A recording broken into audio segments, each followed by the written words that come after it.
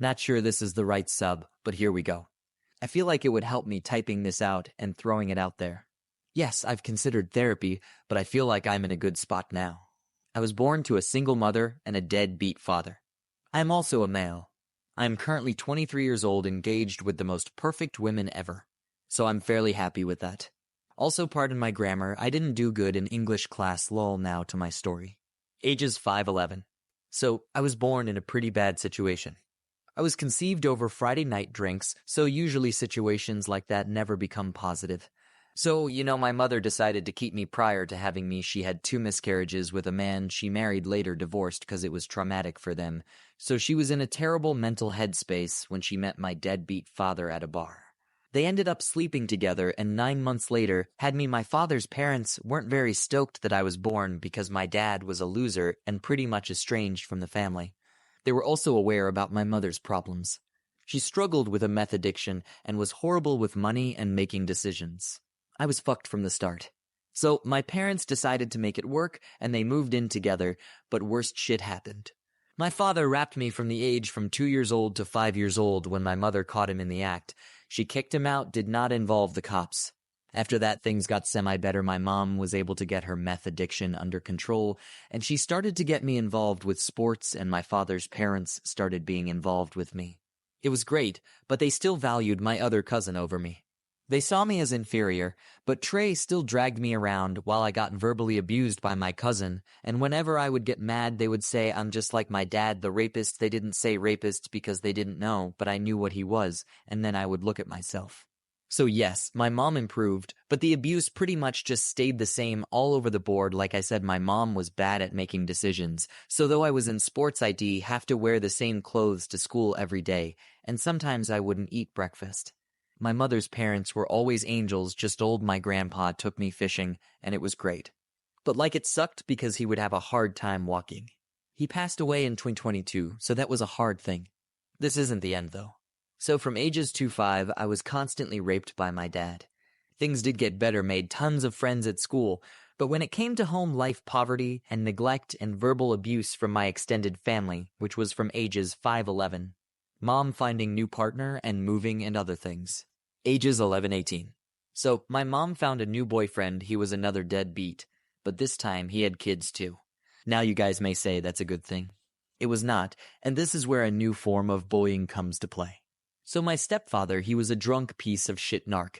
He would manipulate my mom, constantly complaining about me because I would sometimes leave my plates out, and I never learned how to organize. And also I stopped playing sports so his kids could play them, and they never even had a history of playing anything. I truly believe he just wanted me dead and out of the way. He was a huge hypocrite because he would literally leave food out, and it would mold, and he would immediately point the finger at me. One time he invited a dude and this pregnant lady. They all ended up getting drunk, and my mom got any indifference with the drunk pregnant lady, and I heard it. I rushed upstairs and got in between the drunk prego lady and my mom. Lady breaks the beer and slices my arm with it. Then I punch her in the face, and then both my stepfather and mom freak out and kick me out. 15 so I have a friend that picks me up and takes me to a college party, and I get fucked up on weed and alk. Party ends, and everyone has to leave. My ride ditched me there, and in the middle of January in Midwest, whether I am stranded next to a lake without a coat or hoodie. I go back to the girl's house, and they sneak me in as their parents just got home. I end up hiding under their bed. And when the parents went to sleep, sexual things happened, and I was 15, they were 21. So during this time, I sleep under this girl's bed for a month straight, wearing her older brother's clothes and sneaking out to go to school. I also feel like I was sexual exploited a lot during this also. They did, however, save my life, so I guess I owed them that. I would not have survived that long in 10-degree weather. So I eventually moved back in with my parents, and at this time I am at an all-time low mentally. I start drinking lean, smoking every day, and drinking. This is when the bullying at school began. I would sometimes miss taking a shower, and my clothes would be ripped up sometimes, and when people tried talking to me, I would just be so faded I would just mumble.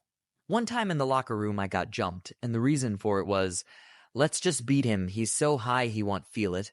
Well, I didn't feel it, but I did the next day, so I just got higher. I ended up falling in a bad group of friends, and they would just bully the shit out of me. But I didn't care as long as I can get high, all is fine. One time they gave me a fent-laced blunt, and I overdosed and nearly died. I was able to survive it without a hospital visit. The reason why I know is that I woke up in the woods covered in piss behind the park by my school. So that was that, and I could go into so much more detail, but I'm sure you guys have the full picture. Now, this story does have a good ending, so. Eventually, towards the end of me being 16, I got clean, started working out, had a job, was getting myself new clothes, and feeding myself and such, and eventually I started looking half decent. Had some muscles and such. So, my junior year, I fell in love with my current fiancée. She was a sophomore at the time, and we just hit it off match made from heaven. The bullying ended, the neglection ended, because I was providing for myself, and I was with my number one, and things went smooth, and I eventually graduated. I did not go to college because of my grades, but I did land a blue-collar job, and I currently make $80K a year, and I own a house with her.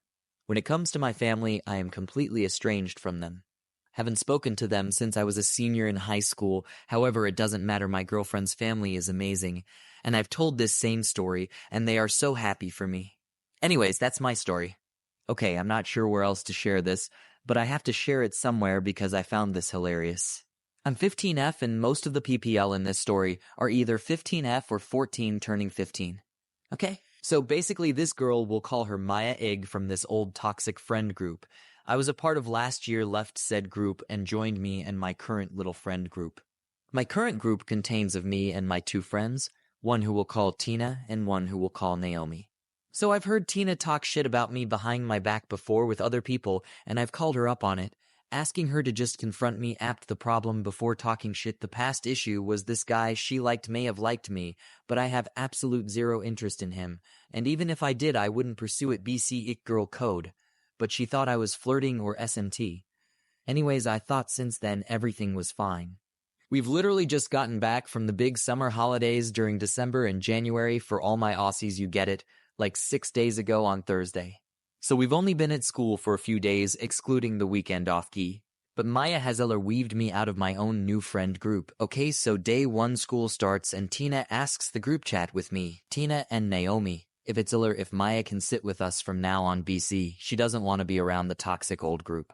I was in her position last year, so although I was wary, I agreed. I've never personally had beef with this girl. Even when I left the other shitty group, we were pretty good, I thought. I mean, she literally left the group BC of similar reasons to me, which one of the reasons was my ex-BFF. We're just gonna call her ex if okay, so Maya seems off with me after she starts hanging out with us. I mention it to Tina and Naomi, how maybe it's just my trust issues, but I don't think Maya likes me that much, and how when it's just us two, the negative tension is so obvious and uncomfortable. Literally 4 days after she joins our group, she sends me an email. The email reads, "My name. We have decided as a group that we no longer want to be your friend anymore. You are a selfish, narcissistic person.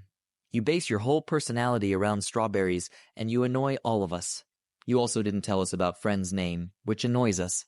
You had a temper tantrum when I sat in your non-existent seat. We are sick of your tantrums and lies.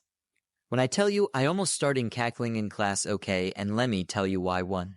It was not decided as a group. It was decided between Tina and Maya, because later that day Naomi was waiting for me to walk down to sport. I asked her what she was doing, and she was confused, so I explained the email and how apparently we're not friends anymore. She basically got annoyed that she was pulled into it. BC, she had nothing to do with this decision, and we're still friends. 3. 2. She says how I'm selfish and narcissistic. I find this funny because I've only recently grown into my self-love, and I don't talk apt it a lot. However, I made a sarcastic comment the other day over text that I think she's referring to. Basically, the girls were planning a group costume for English week when we dress up. I was unsure of it. BC, I RLLly want to do share from Clueless, and I've had this plan since like her 7, we're in her 10. I jokingly said, unless it makes me look hot ass, or is better than share, then Eidik. She responded, why do you need to be hot? And Eidik, she seemed irritated, and I just said it was sarcastic and moved on. Also, girls, you are allowed to love yourself and show it, as long as you don't think you're better than people.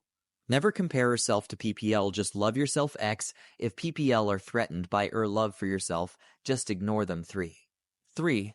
You base your whole personality on strawberries. I just like strawberries and pink. Damn, I'm sorry I offended you. 4. My friend may be coming to the school, and I asked the group if she does come, if it'd be cool if she sat with us. They said, yeah, and that was it, so yeah. 5. I had a temper tantrum when Maya sat in my seat.